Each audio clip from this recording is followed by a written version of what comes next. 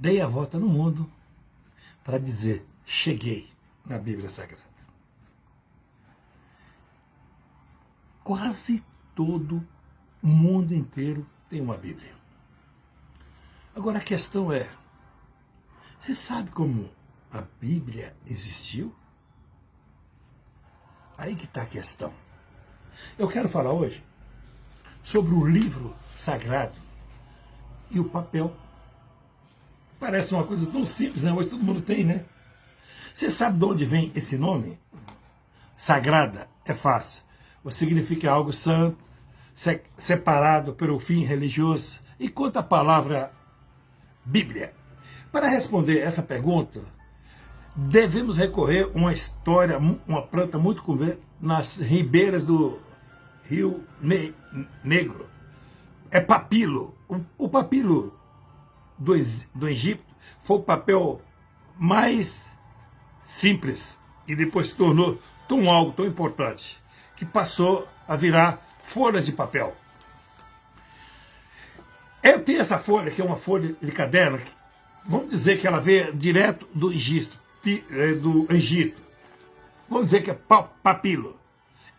E quando ela estava molhada, ela ficava nessa posição. Quando secava ao sol, ela ficava colada e formava folha de vários tamanhos. E seria muito resistente. E ela imprimia como você queria, o alfabeto egito. Mas a história não para por aqui. Por muitos séculos, os egípcios plantaram o papiro e exportaram para várias cidades do mundo antigo. Em pouco tempo, ele se tornou a principal ferramenta de trabalho. Nos tempos de Roma, o papel importado do Egito passou a ser extensivamente usado pelo o Império. O César escreveu nele, escreveu a história do povo romano. Pensadores de César. Pouquíssimas pessoas tinham o acesso, teria acesso a uma folha dessa em branco. Para você ter uma noção, uma antiga fonte nos diz a fonte de um rolo de papiro na cidade de Egito de papiro. Essa simples folha de rolo de papiro iria custar a 4 moedas. Uma moeda se chamava... Uma simples folha de moeda custaria o equivalente a 2, esqueci o nome, 2 moedinhas. 2 moedinhas como se fosse assim, R$1. Essa é como se fosse a cotação do papiro por volta de 45 a.C. Nessa época, o trabalhador braçal, bem remunerado, teria que trabalhar 8 dias no mínimo para ganhar 4 dracmas, lembrei, ou 1 dia para ganhar 2 óbolos. Bom, um rolo de papiro, um pedaço desse aqui, daria mais de uma semana de trabalho. Essa folha custaria um dia inteiro de trabalho braçal pesado. E como sempre houve atravessadores, esse preço chegava em cidades da Grécia, Itália, sem contar a Espanha e a Grã-Bretanha, que custava bem distante do Egito. Mas a respeito disso, o papiro egípcio continuou sendo um dos materiais mais importantes do material escrito do primeiro século. Por isso, podemos supor que os originais do Novo Testamento foi escrito em papiro e distribuído entre as igrejas da Ásia. O que tem a ver tudo isso com o nome Bíblia? É que Bíblia é um nome grego dado ao cálido do papiro, ao rolo de papel que seria o livro daquela época. A invenção pode ser dos egípcios, mas quem deu o nome a tudo isso foi os gregos. Provavelmente devido a uma cidade chamada Bíblion, era exportadora de papiros. Logo, Bíblio significa papiro, livro em grego antigo. Não é por menos que até hoje o acervo literário é conhecido como biblioteca. Mas vamos falar um pouco mais. Biblos é o livro. Biblio significa livrinho em inglês. O grego, diferente do português, não fazia o plural usando o S. Trocava o sinal pelo A. Assim, o plural de biblion seria Bíblia. ou coleção de pequenos livros? Bom, vamos ver se vai ficar mais fácil para entender. O nome Bíblia, sim, passou para o latim e para o português e ficou conhecido essa extraordinária coleção inspirada pelo Espírito de Deus. Hoje, a Bíblia, sem dúvida, é o livro mais vendido em todo o mundo. Muita gente não sabe, a Bíblia Sagrada foi o primeiro livro impresso no mundo ocidental.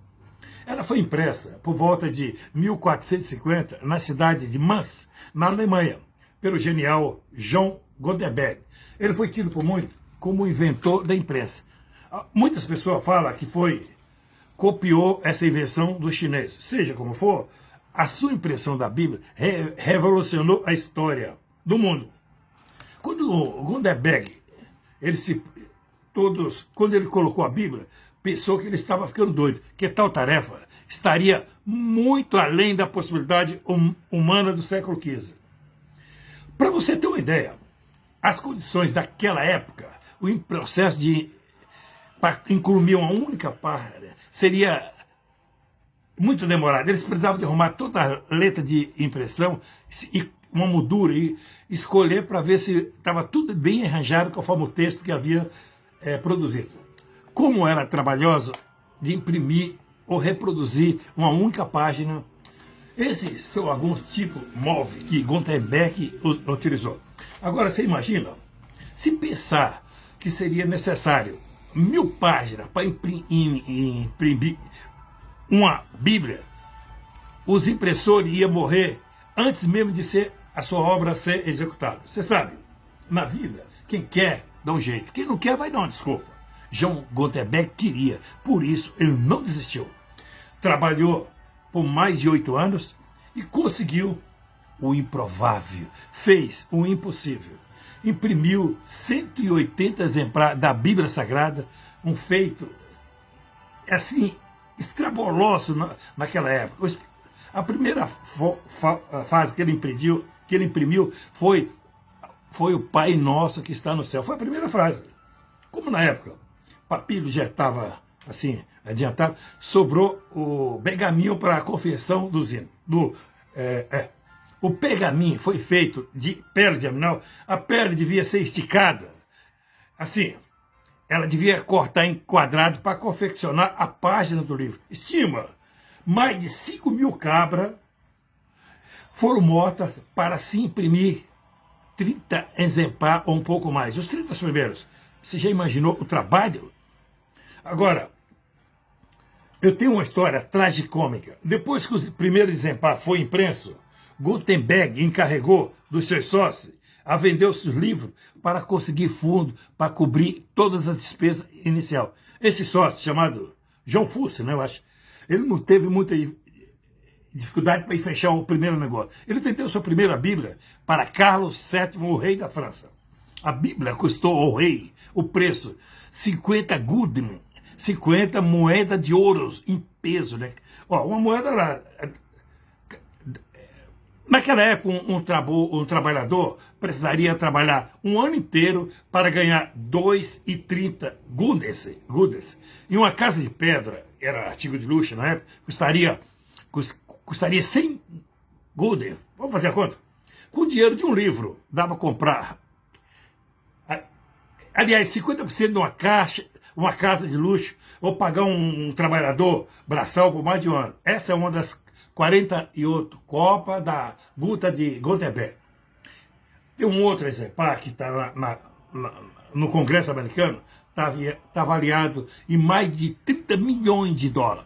A história da primeira compra não acabou com a venda pelo rei Carlos VII. Assim que saiu do Palácio Real, o sócio de Gutenberg dirigiu ao arcebispo de Paris, que comprou um exemplar pelo mesmo preço pago pelo rei. Passado algum tempo, o rei e o arcebispo se encontraram para trocar ideia acerca do maravilhoso cada um adquiriu. Cada um queria ver o livro que o outro comprou. E ao trazer o exemplar para o mesmo ambiente, perceberam, assustados, que ambos eram igualzinho um ao outro.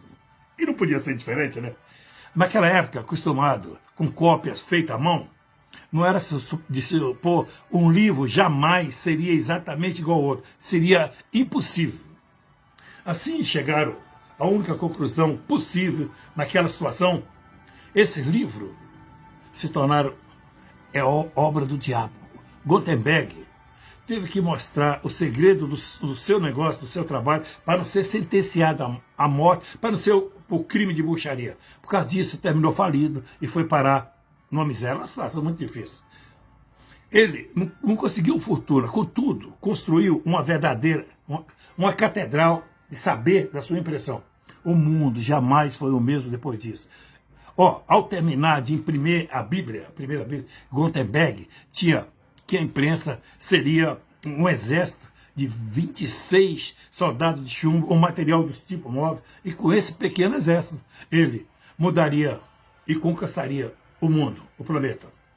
Realmente, a Bíblia hoje espalhou por todo o mundo. Esse livro, a Bíblia, é inegavelmente o livro mais copiado e reduzido de toda a história. O New York Times nem coloca na lista dos livros mais bem vendidos. Sabe por quê? Não porque ela não mereça estar lá. É porque covardia humilhante para os compras de mais títulos que não chega nem a metade do seu montante. Ou talvez nem um quarto.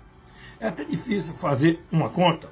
A Sociedade Bíblica Inglesa calculou de 1816 até 1975 já havia vendido 2 bilhões de Bíblia em todo. Um estudo mais recente disse que, entre cópias completas, a Bíblia já ultrapassou 100 bilhões de exemplares. Mas a própria pesquisa adverte que o número pode ser muito maior. Muitas Bíblias foram copiadas e distribuídas clandestinamente no regime soviético e na fase de perseguição aos cristãos. A sociedade anunciou que a Bíblia encontra traduzida para mais de 2.565 idiomas. Parece muita coisa? Não. No mundo existe 6.860 linhas catalogadas, estimação de linguista. 300 e 400 línguas ainda não catalogadas na África e nem do Sul Pacífico. Mas não sejamos pessimistas, considerando que muitas dessas línguas são dialetos local, que a maior parte começa a ter fluência em outros idiomas, podemos dizer com segurança que 90% da população mundial tem condição de ler e entender a Bíblia, graças ao trabalho de tradutores que tem feito o melhor até hoje. Inspirado por Deus, né? Atualmente, 4,7 bilhões de pessoas têm uma Bíblia na sua própria língua. 542 milhões têm pelo menos o Novo Testamento ou alguma porção dela. Mas assim, entre os idiomas restamos, existe por volta de 340 milhões de pessoas mais se comunicando em 2078 idiomas e precisa com urgência conhecer a mensagem da Palavra de Deus. Vários estudos foi feitos. Um deles é o da Aliança Global. O objetivo dessa aliança, até 2025, um pouco mais, teria começar um trabalho de tradução da Bíblia em todos os idiomas. Ela é inédita. Oremos e trabalhemos para que esse projeto venha a dar certo. Assim sendo, a transformação que a Bíblia vão causar nessa cultura seria inimaginável.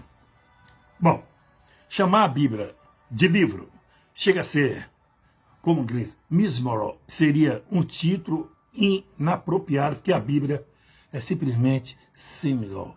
O ditador Mao Tse-tung, no auge do seu governo na China, mandou imprimir 900 milhões de cópia vermelha por força de lei que cada cidadão adquirisse um exemplar. Mas segundo o dicionário Extra, apenas 100 milhões foi vendido. Um número bem inferior aos 6 bilhões de Bíblia que mencionamos, que foi vendido e publicado em todo o mundo. Então, isso eu vou voltar a comentar sobre isso aí. Eu vou prosseguir. Então, por isso eu digo para você, beijo no coração e até a próxima, ou até a sequência.